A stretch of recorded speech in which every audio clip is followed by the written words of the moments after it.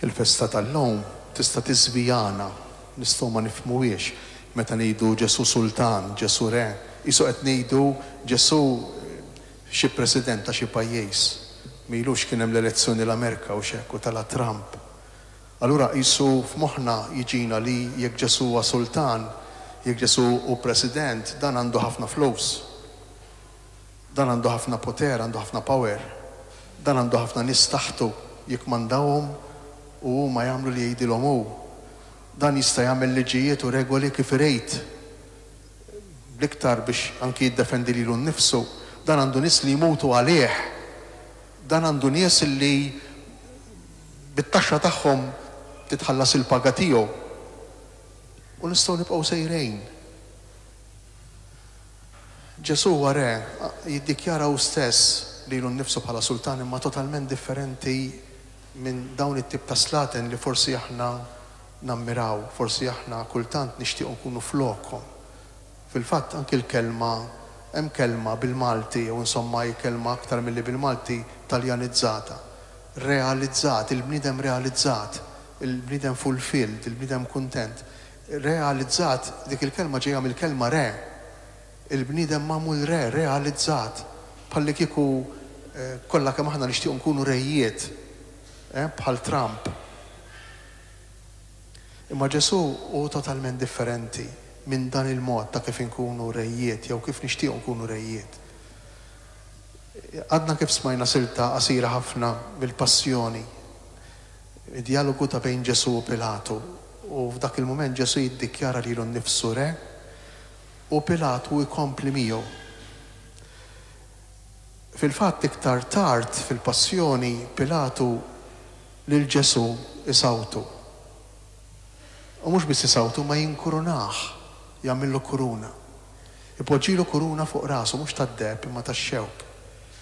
Ipoġġilu xettru f'idejh mhux tad-deb imma b'qasba.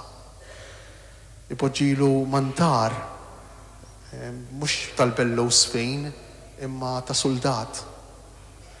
U x'jagħmel Pilatu? Jikkmanda, jordna li Ġesu jiġi akkompanjat għal mewt tiegħu fuq is-salib. U hemmhekk San Ġwan fil-Vanġelu tiegħu jirrakkonta il-mixja trionfali, il-korteo trionfali ta' dan ir-re, ta' dan is-sultan. Immaġinaw hekk meta naraw il-kortej trionfali, pereżempju tar-reġina, tar-re, milux kien hemm l-intronizzazzjoni tar-re. Dan il-korteo trionfali, kulħadd jistaġeb biżbuħija, bil-preċiżjoni, bl-eżattezza, bl-ilbies fejn. Il-korteo trionfali ta' Ġesu u mobi bis-salib mingħand Pilatu sal-Kalvarju. Imbagħad Ġesu jiġi intronizzat. Jagħmlulu l-intronizzazzjoni, jpoġġuh fuq it-tron. U dan it-tron ta' Ġesu mhux bħal dak, imma huwa dak it-tron ta' Ġesu, s-salib. Dak hu it-tron ta' Ġesu.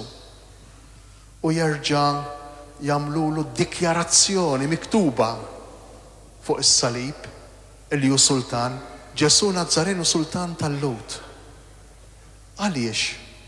Għax Ġesu huwa sultan differenti minn Pilatu, huwa sultan differenti mis-slaten tagħna, u sultan differenti minn kif nixtiequ nkunu realizzati aħna. U s-sultan li jħobb. Però mhux moda, sultan li jħobb mhux moda, sultan li jaqdi mhux moda. Ġesu minflok li jikmandawh. Ġesu minflok li jmutu għalih, imutu għalihom, għalina, imutu għall-oħrajn. Ġesu minflok li jidher apparenti, apparixxenti, Ġesu huwa moħbi. Il-profeta Iżajja jgħidilna kien jisibuha bitqila biex iħarsu lejn wiċċu sfigurat. Jisibuha bitqila biex iħarsu lejh. Ġesu huwa dak li jħobb, Ġesu huwa dak li jaħfer, Ġesu huwa dak li jħenn, Ġesu huwa dak li jmut għalina, dan hu s-sultan tagħna. Imma din hi l-verità, dan hu li nixtiequ aħna, għalkemm imbagħad aħna nfittxu il-maqlub, nfittxu li jkollna l-flus, nfittxu li nidru, nfittxu li nkunu popolari, kollha kemm aħna ta'.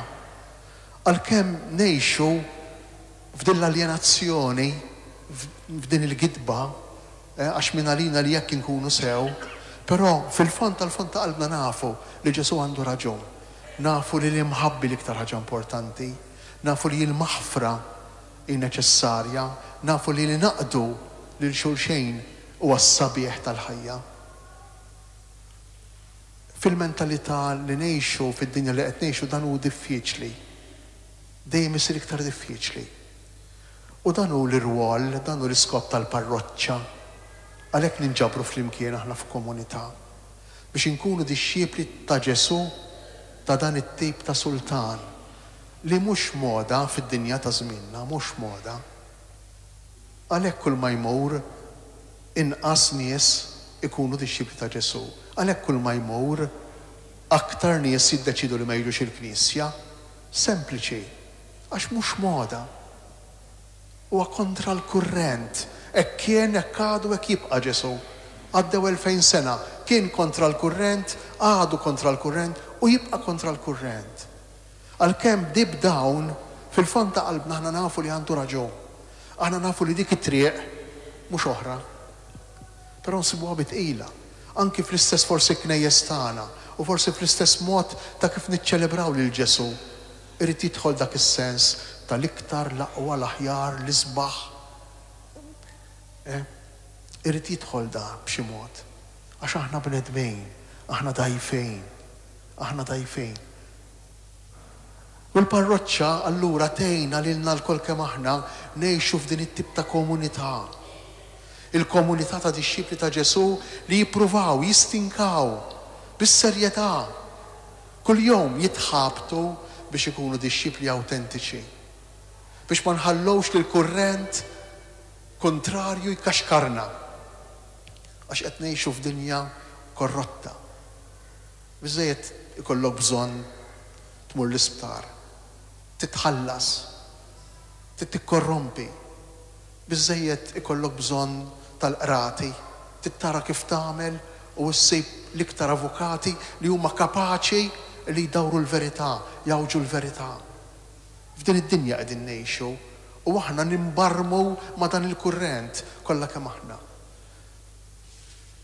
Il-bżonn tal-parroċċa, il-bżonn tal-komunità nisranija, miġbura bħall-ewwel komunità tal-insara, miġbura għaddell taħt il-protezzjoni ta' Marija, ma ninsewx.